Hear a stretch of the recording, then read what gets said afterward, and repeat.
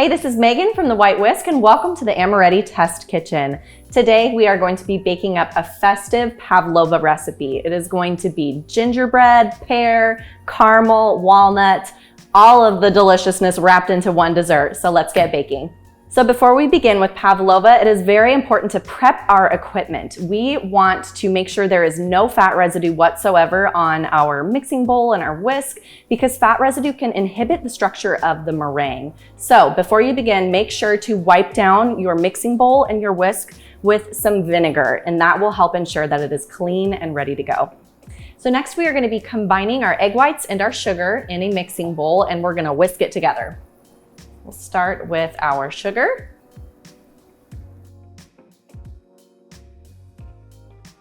And our egg whites. Little dish saving tip, you can use the whisk attachment that you're going to be using later for this step too, because we could all use less dishes in our lives. So next we're going to be cooking our granulated sugar and our egg whites over a double boiler. And we use a double boiler for this because we want it to cook very slowly and gently so we don't get little bits of egg white cooked in our mixture. Using a Swiss type method like this for pavlovas is going to save you a ton of time standing by your mixer, slowly sprinkling it in. It dissolves the sugar right here, so then you can quickly move to the next step of just whisking it to those stiff peaks. So as you can see, we're just kind of whisking this together. You can slowly start to see those egg whites loosen a little bit. We want to keep going until the sugar is completely dissolved. And I'll show you how to check it here in just a minute once we've been cooking a little bit longer. Make sure to continuously be whisking so that way the egg whites aren't sitting in one spot for too long, overheating and potentially becoming cooked. All right, and I think we're getting closer here. So I'm going to show you how to check and see if your sugar has dissolved. What you're gonna do is you're just gonna carefully take a small amount of it and you're gonna rub it in between your fingers and check for any grittiness. This still has a little bit, so I'm gonna keep going. Okay, I think it's just a tiny bit more. We're almost there. And you can see how much looser the egg whites are than when we first started. And then we're going to take our cooked egg white and granulated sugar mixture and we are going to pour it in the bowl of an electric mixer.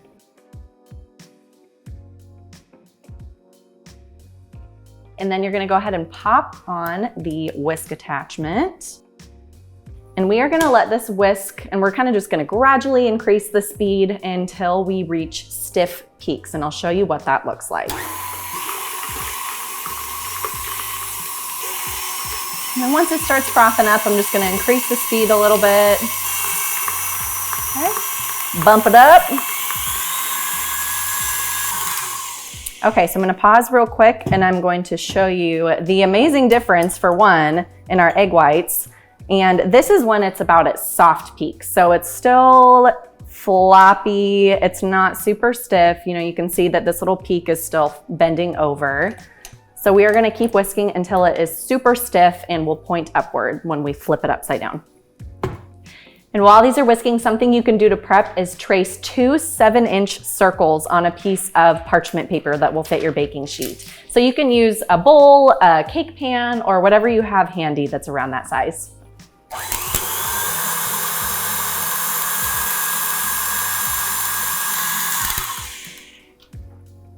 So now that we have our stiff peaks, we are going to be sprinkling in some of our dry ingredients, including our salt, cream of tartar, and cornstarch. So we're gonna put the mixer on a low speed and then just slowly sprinkle these in. We're gonna start with the cream of tartar, and then the cornstarch, our salt, and our cinnamon. And then we're gonna whisk it up again for another minute or two. So we're gonna be making a gingerbread pavlova nest today. So we're gonna use the Gingerbread Compound from Amoretti. This is a super concentrated gingerbread flavor and it's gonna give our pavlova nest just those warm, cozy spices that we all love about the holiday season.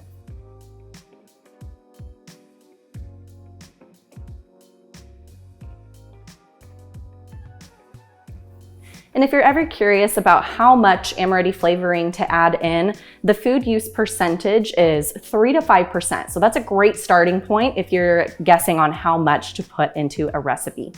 Our next step is going to be to fold in the flavoring. And we want to do this until it is just barely incorporated, because as I mentioned, if we overwork it, the meringue can get too soft. So just fold that in with intentional movements of your spatula. We're not looking to stir it. We are just looking to fold it gently in. All right, awesome. So we have our gorgeous meringue base ready to be piped into our pavlova nests. And next we're gonna fit a large piping bag with a large round opening piping tip, something like a 2A or larger. And I'm gonna set it in this jar to hold it while I scoop the meringue into it.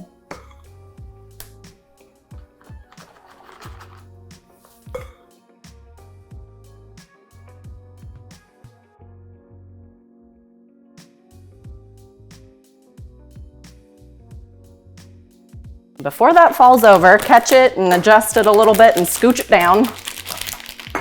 Awesome, now we are going to pipe our pavlova nests. This part is so fun, and what you're gonna be doing is we're gonna be piping these little dollops all around the edges of our circles.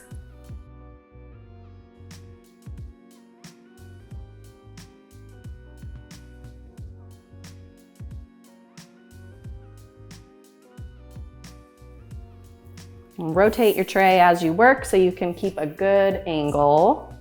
There's so many different ways that you can make pavlova nests. You can pipe different designs, or if you want to keep it simple, you can just use the back of a spoon even and just kind of shape it in that way. Okay, now that we have the first layer, we're gonna go back in and do a secondary layer. So kind of try to do this in between those dollops that we did on the first layer.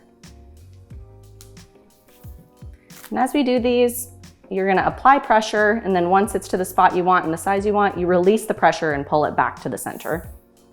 Okay, and then before we fill in on the middle, we're gonna add in our second pavlova, just to make sure we at least get that full ring, because it's okay if we don't have it super tall in the middle, because that's where we're gonna pile in that delicious gingerbread pastry cream and our fresh pears. So the more filling room we have, the better.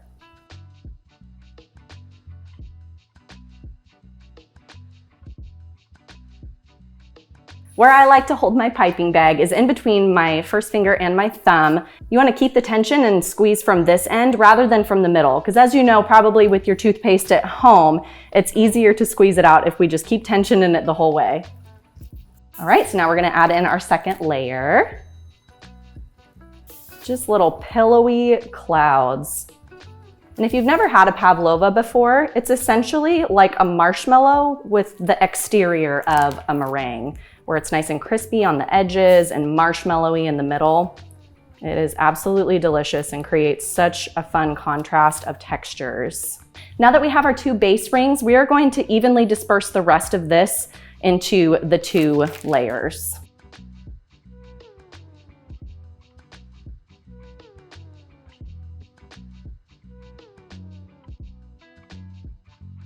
And just a little trick for you, if you want to get everything out of that piping bag, you can take a spatula or a wooden spoon with a flat edge, place it on your counter, and scrape that in to get all of that out. Okay, so now that's going to give us a little bit more of that pavlova fluff. All right, and last thing to do to prep them to go in the oven, we are going to spread that center around. And once we get that to the edges, we're gonna pull some of those dollops down a little bit too, just to make sure everything is all connected. All right, now they are all ready to go in the oven. We are gonna start them at a higher temperature, and then we're gonna immediately drop it lower. And we're gonna let those camp out in there for 1 hour and 45 minutes. So next we're gonna be moving into our gingerbread pastry cream. This pastry cream is silky, delicious, and full of cozy spices. So we're gonna begin by mixing our milk in a medium-sized saucepan. And then we're gonna add in our first portion of granulated sugar. So we're gonna whisk that together, and then we're gonna heat it up until it's just starting to boil. Next, we're gonna whisk up our egg yolks in a medium-sized bowl. And we just wanna whisk them up so they're smooth. Then we're gonna whisk together our cornstarch and our granulated sugar. Once that's combined, we are going to add it into our egg yolks. And then whisk that up until it's smooth.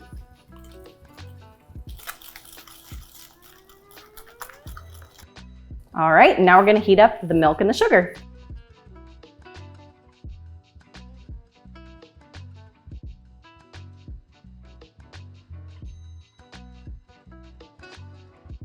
Our next step is going to be to temper our egg mixture with our hot milk mixture. And tempering is when we're gonna add a little bit of this hot liquid while we're constantly stirring, just to introduce those egg whites to that hot temperature, but not so quickly that they will cook. This will start to just heat it up slowly. And I just do a tiny little bit at a time so you can see how we just whisked that in, and we're gonna add a little bit more, continuously whisking. Once you get that much incorporated, go ahead and add even a little bit more. And once you get a good amount in there, you can start adding larger amounts.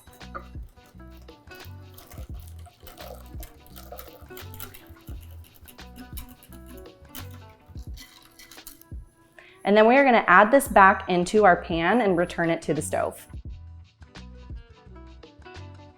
Next, we're gonna heat this back on the stove with a medium-low temperature and use a flat edge wooden spoon like this, because this is gonna help you get all the surface area of the bottom of the pot so nothing gets kind of like stuck to the bottom and cooks way faster.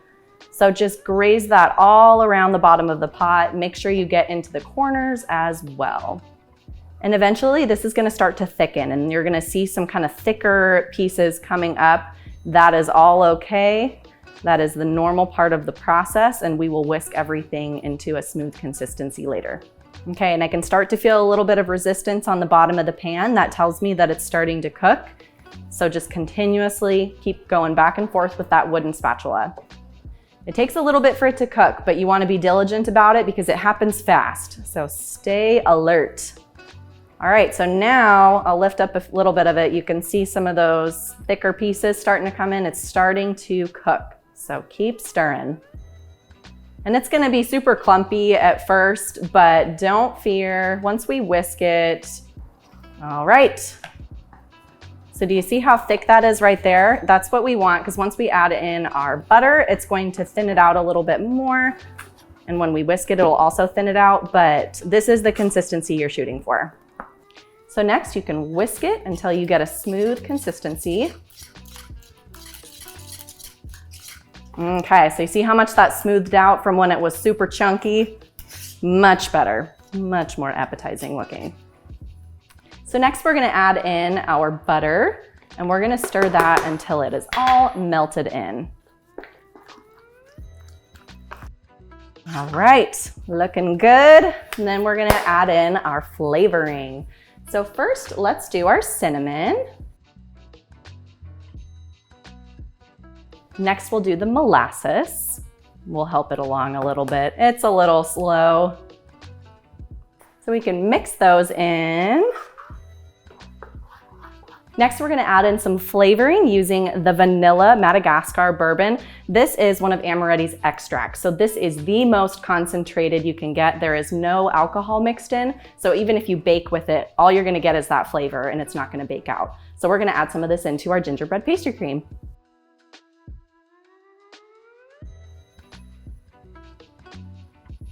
And to further reinforce the gingerbread flavor, we're gonna add some more of the Amoretti compound into our gingerbread pastry cream.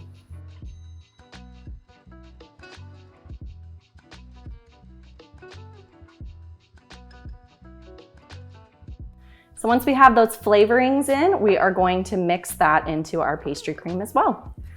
So we're gonna switch back to the whisk once again and get just a few more of those little clumps out. All right, and that's it. You have a gorgeous, silky gingerbread pastry cream.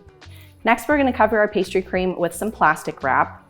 And we're actually gonna press this plastic wrap all the way down to the pastry cream itself and make contact with it. So that way, as it sets, it won't form a dry skin on that little top layer. So just gently press it down. Next, we're gonna set it in the fridge to chill. The next component of our gingerbread pear caramel pavlova is going to be our pear salted caramel. So we are going to be using the dry method today, which means that we are going to be directly melting our sugar down and getting it to that nice dark amber shade and going from there. So let's get started. Pour in the granulated sugar into a heavy bottomed saucepan. And then we're gonna be turning our burner on to a medium-low heat. So this process does take a little bit, but you want to be diligent in paying attention to it because the sugar can burn very quickly once it starts. So keep an eye on it and do your best not to walk away from it. So when it's happening, you're ready. So as you can see, the sugar is beginning to melt and clump together a little bit. So what you're gonna do at this point in the recipe is you're just gonna kind of gently scoot it around, press on the bottom of the pan there and just scoot that melted sugar off the bottom and just stir it gently every once in a while. Something else to keep in mind is to try not to push the sugar up against the walls of the pan. We want to kind of keep everything in the middle there so everything is at the bottom cooking instead of getting stuck on the side. So once the sugar has started to clump, you want to go ahead and heat up the heavy cream because we want to pour that cream in when it is hot so it doesn't seize up our caramel with the rapid temperature difference in the cooling down. And you can see it starting to caramelize there at the bottom. The advantage of doing a dry caramel versus a wet caramel is that it helps prevent some of that crystallization that can happen sometimes with wet caramel that gives you those kind of tiny little granules in it. So the texture difference is just one of the benefits of doing the dry method. And just keep moving it around. Keep a really close eye on it at this point. I kind of go around and start breaking up those bigger pieces of the sugar just to help it cook evenly. Okay, so we're super close. We only have a few tiny little pieces left and the sugar is a nice deep amber shade. This is what we're looking for. The darker your sugar, the more of a deeper flavor you're going to have. The lighter you burn the sugar, it's gonna be a lighter finished product. Okay, and I'm gonna stop right there. So this next part, it's super important. We're gonna take our heated heavy cream. We want to make sure this is heated and we are going to pour this in just a tiny bit. If we pour in too much at a time, the caramel will seize. So we're going to pour in just a tiny little, and you want to stir and whisk up. It will bubble up. That's totally normal. You're doing it right. And then get that fully incorporated before we pour in a little bit more. Just a tiny bit at a time. Go slow. You'd rather do small amounts and have a smooth, delicious caramel than pour in too much and have it seize up and become hard and unusable.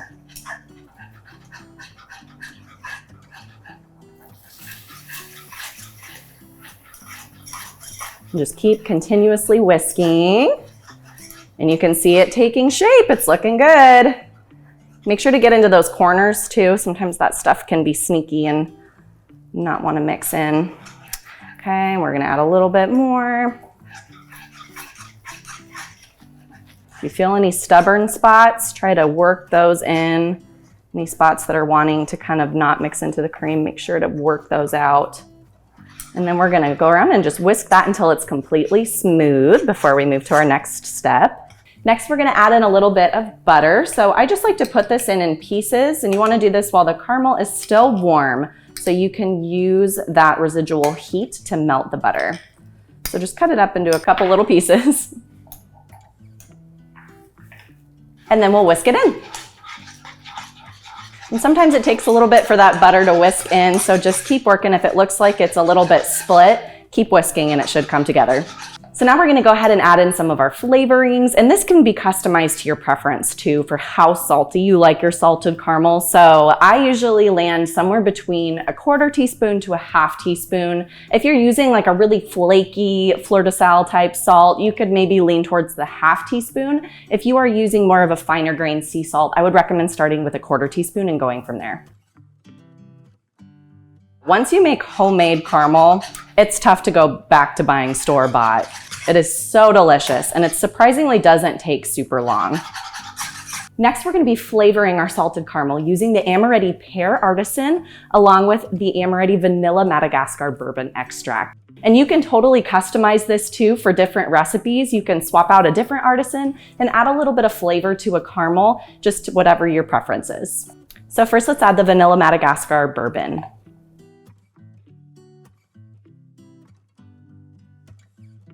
The thing I love about the Amoretti Pear Artisan is it delivers a really genuine pear flavor. This is something that's hard to come by to get something that tastes authentically pear. So this is one of my favorite products for that reason.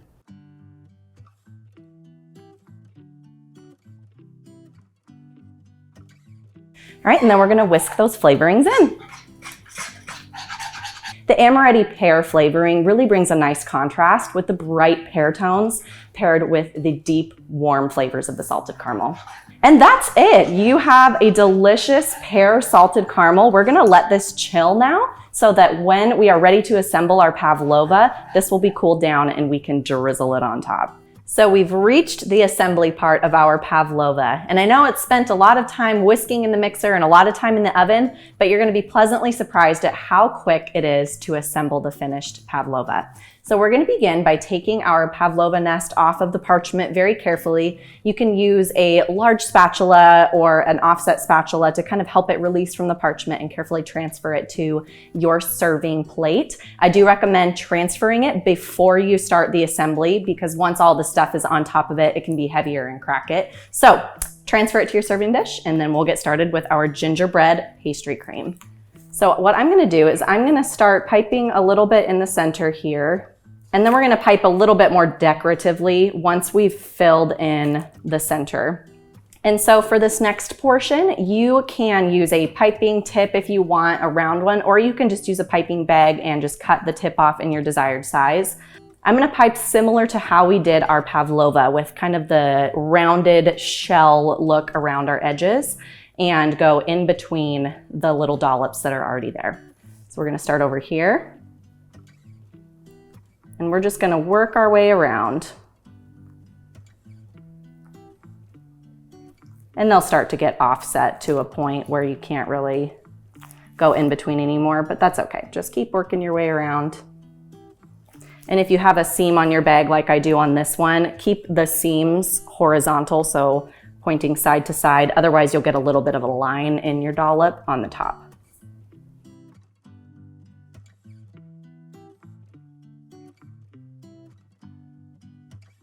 So now that we have that first layer, we're gonna go around again and just continue adding those dollops. And actually, I'm gonna go in and fill in so that that next layer of dollops has something to rest on and it won't slide off.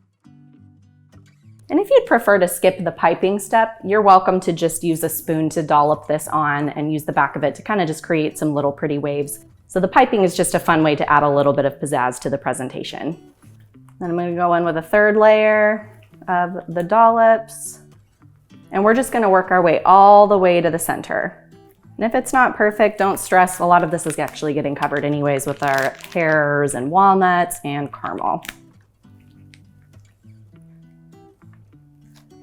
So once we have our pastry cream piped, we are going to move on to our pears. So these were sliced into 8 pieces, and you can leave the skin on if you'd like that look. You can peel it if you'd like. And then once you're done peeling them and slicing them, add a little bit of lemon juice onto your pears, just kind of like you do with apples to prevent them from getting brown quite as quickly.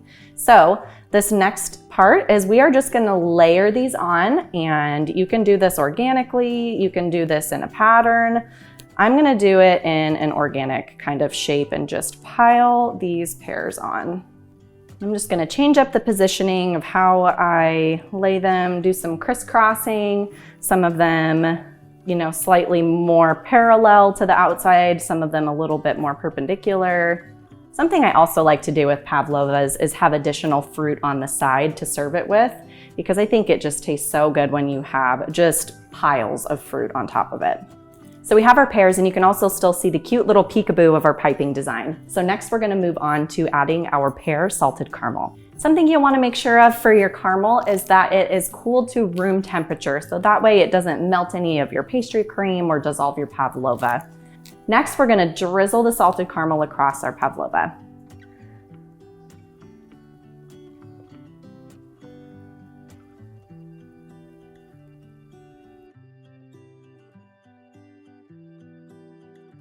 Another thing to note with pavlova is that you want to assemble it shortly before you plan on eating it, because once all that delicious pastry cream or fruit curd or whipped cream is on there, it's going to start to soften the pavlova nest itself, so it is best enjoyed fresh.